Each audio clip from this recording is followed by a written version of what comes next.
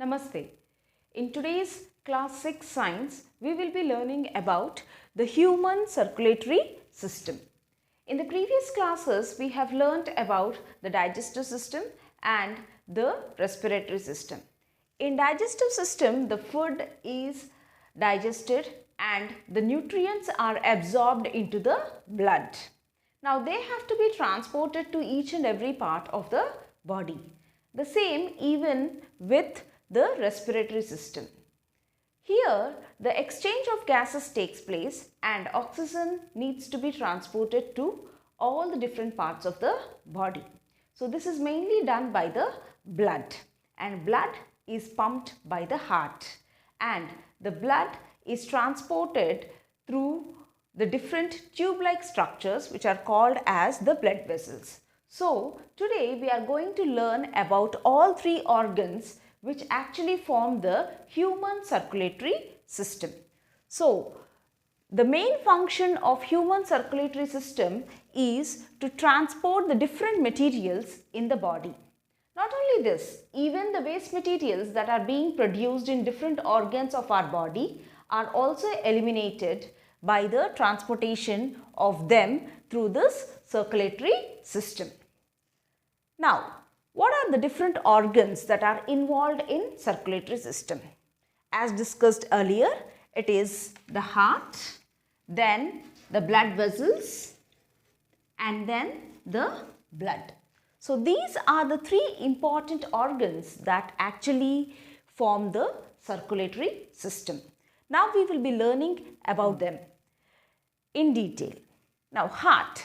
Heart is a muscular organ and it is located in the chest cavity in between the lungs. It is almost the size of the closed fist and it is slightly tilted towards the left side. So most of the part of the heart actually is towards the left side. So we usually say that the heart is present on the left side. Yes. So it is almost the size of the closed fist. Yes. Okay. Now coming to the function of the heart. This heart is a muscular organ and it is richly supplied with blood. Yes. So this heart actually pumps the blood to different parts of the body. So that is the main function of the heart. The heart is having two sides, that is the right side and the left side, and it is having four chambers. Now we can see here that the right side is having two parts, that is the right auricle and the right ventricle. The right auricle is also called as the right atrium. Okay, so this forms, the right auricle actually forms the upper chamber and the right ventricle forms the lower chamber.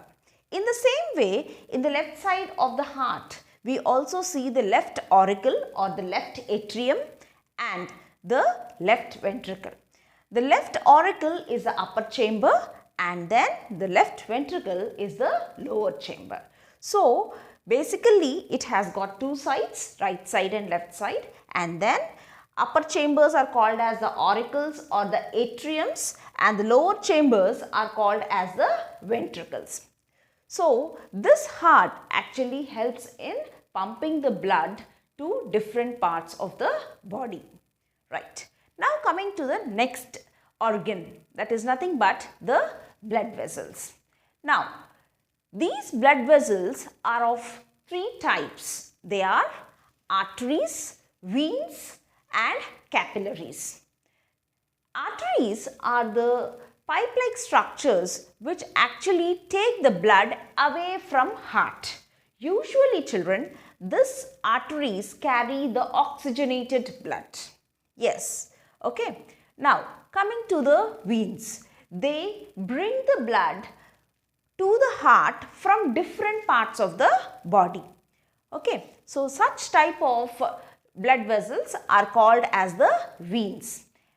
As arteries carry oxygenated blood and it is very essential for us So these arteries are usually present deep inside our body, whereas veins are present on the superficial, just below the skin also you can find some veins.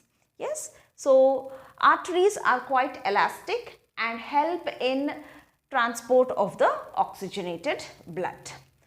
Okay, now coming to these capillaries. These capillaries are very thin blood vessels and almost their size is one cell thickness. Okay, their just diameter is that much only. Okay, so these capillaries are so thin tubules and they actually connect the arteries and the veins. Okay, so these are the three types of blood vessels. Next, it is blood. So blood is called as the fluid connective tissue. We know that it is liquid in nature. Yes, that is why we use the word fluid. Okay, and why it is called as a connective tissue? Because this actually helps in connecting all the different parts of the body. Every part of our body has got this blood. Okay, now what are the components of blood, or what type of things are present inside the blood? It actually consists of some cells and the fluid which we are calling it as the plasma. Okay, so now this blood has got three different types of cells. They are RBC, WBC and platelets. RBC are red blood corpuscles. WBC are white blood corpuscles or white blood cells, and we have platelets. RBC are the cells which contain the red pigment, that is nothing but hemoglobin. This hemoglobin is the one which actually gets attaches to the oxygen and transports oxygen to different parts of the body. WBC actually help in fighting against different types of diseases. There are different types of WBC cells inside our blood. They actually help us fighting against different diseases and give us immunity. Now coming to platelets. Platelets are the colorless cells which actually help in clotting of the blood. So these are the different types of cells which are seen in case of blood. And then plasma is nothing but the fluid in which all these cells are actually present. Right. So ultimately we can finalize that the functions of blood are nothing but it transports oxygen, food and other important minerals or materials like even hormones to all different parts of the body. It also takes back carbon dioxide from different body parts to the lungs, wherein we can actually exhale that carbon dioxide, and then due to the presence of WBC, it also protects us from diseases. Okay, and then one of the very important function of blood is that it also helps in maintaining our body temperature. So this is about the human circulatory system. In the next class, we will be learning about the nervous system. Thank you.